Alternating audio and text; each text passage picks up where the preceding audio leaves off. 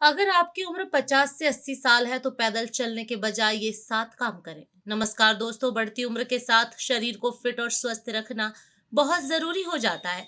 ज्यादातर लोग 50 साल के बाद डॉक्टर की सलाह पर पैदल चलना शुरू कर देते हैं, लेकिन कई बार घुटनों का दर्द, सांस फूलना, दिल की धड़कन तेज होना या शुगर और ब्लड प्रेशर जैसी बीमारियों की वजह से रोजाना पैदल चलना मुश्किल हो जाता है।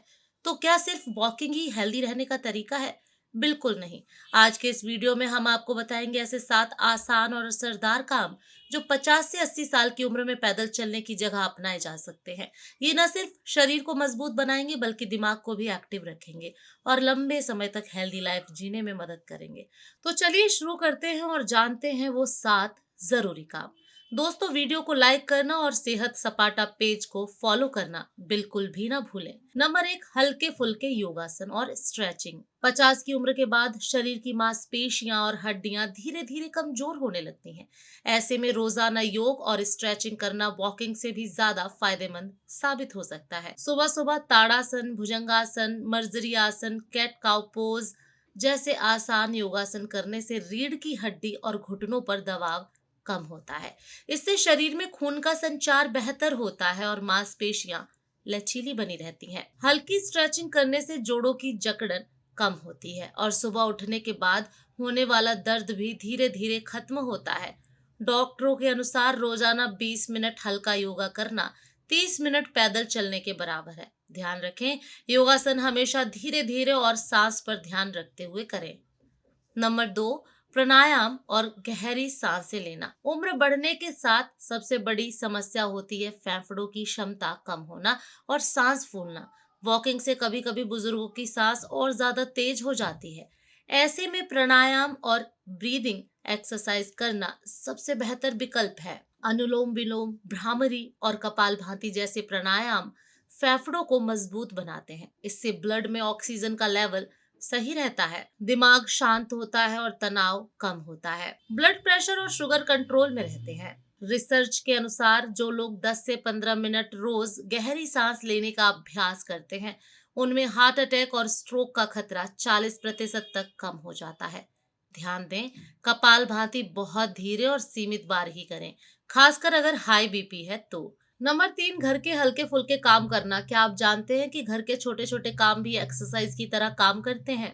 झाड़ू पोछा करना, बर्तन धोना, कपड़े तह करना, ये सब शरीर को एक्टिव रखते हैं। बागवानी, गार्डनिंग करने से न सिर्फ शरीर झुकता है और उठता है, बल्कि ताजी हवा और मिट्टी का संपर्क दिमाग को भी शांत करता है। किचन में खड़े होकर हल्का फुल्का काम करना पैरों की एक्सरसाइज जैसा असर देता है। डॉक्टर मानते हैं रोजाना 30 मिनट घर के हल्के काम करने से उतनी ही कैलोरी जलती है जितनी वॉकिंग से। इससे बुजुर्गों को अलग से वॉकिंग का प्रेशर नहीं रहता और शरीर एक्टिव बना रहता है। नंबर 4, हल्के वजन के साथ आसान एक्सरसाइज। वॉकिंग की जगह आप घर पर ही हल्के वजन के साथ एक्सरसाइज कर सकते हैं। हाथों और पैरों में हल्का सा डंबल पकड़कर बाइसेप कर्ल, शोल्डर प्रेस और लेग लिफ्ट कर सकते हैं। पानी की बोतल भी वजन की तरह इस्तेमाल की जा सकती है। ये मांसपेशियों को मजबूत बनाती है और हड्डियों की घनत्व को बढ़ाती है। इससे अर्थराइटिस, ऑस्टियोपोरोसिस और मांसपेशियों के ढीलेपन की समस्या कम हो जाती है। ध्यान दें,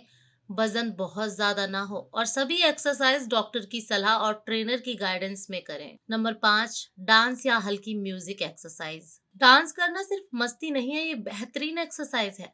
हल्का डांस करने से शरीर एक्टिव रहता है और मूड भी अच्छा हो जाता है। म्यूजिक एक्सरसाइज से दिमाग में खुश करने वाले हार्मोन्स निकलते हैं। इससे तनाव कम होता है और नींद बेहतर आती है। 50 साल से ज्यादा उम्र में डांस करना पैरों और घुटनों को ज्यादा थकाता नहीं है, बल्कि शरीर की एनर्जी लेवल को बनाए रखता है। नंबर 6, ताई ची और मेडिटेशन। ताई ची चीन की एक बहुत पुरानी एक्सरसाइज है जिसमें बहुत धीमी धीमी हरकतें होती हैं। ये संतुलन और लचीलेपन बढ़ाती है। इससे गिरने का खतरा कम होता है, दिमाग शांत होता है और मानसिक स्वास्थ्य अच्छा रहता है। साथ ही अगर आप रोजाना 10 से 15 मिनट ध्यान करेंगे तो वॉकिंग से ज्यादा अच्छा असर होगा। नंबर 7, क्रिएटिव हॉबीज अपनाना। स्वस्थ रहने के लिए सिर्फ शरीर नहीं, दिमाग का एक्टिव रहना भी बहुत जरूरी है। गाना गाना, संगीत बजाना, पेंटिंग करना, लिखना या बुनाई जैसी हॉबीज दिमाग को एक्टिव रखती हैं। इससे मानसिक तनाव और डिप्रेशन दूर होता है। जब दिमाग खुश रहेगा तो शरीर भी हेल्दी रहेगा। WHO की रिपोर्ट के अनुसार 60 साल से ज्यादा उम्र के जिन लोगों ने हॉबीज को अपनाया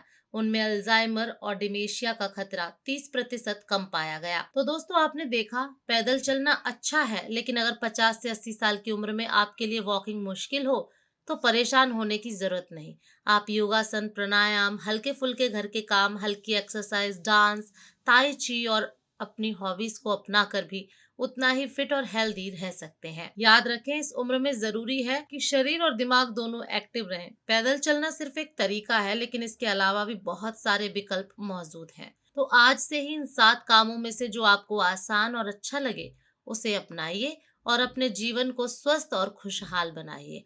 अगर आपको ये वीडियो जानकारीपूर्ण लगा हो तो इसे शेयर जरूर करें और पेज को फॉलो करना ना भूलें। धन्यवाद।